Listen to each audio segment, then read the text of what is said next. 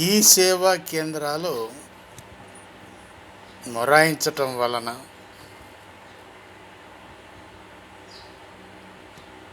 సర్వర్లు పని చేయకపోవటం వలన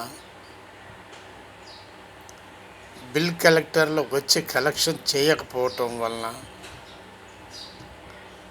ఆస్తి పన్ను ట్యాక్స్, ప్రాపర్టీ ట్యాక్స్ ఇది సరైన సమయంలో చెల్లించలేకపోతున్నటువంటి తెలంగాణ రాష్ట్ర ప్రజలు ఈ విధంగా ఇబ్బందులు పాలవుతున్నారు. కాబట్టి ఇంకొక నెల రోజులు 5% ఏదైతే డిస్కౌంట్ ఇస్తున్నారో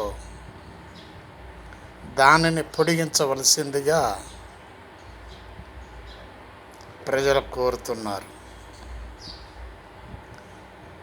రాష్ట్ర ముఖ్యమంత్రి, మున్సిపల్ శాఖ మంత్రి, మున్సిపల్ కమిషనర్స్ ఒక్కసారి ఆలోచించండి ఈ విషయాన్ని. బాలసాని వీరప్రసాద్, హైదరాబాద్.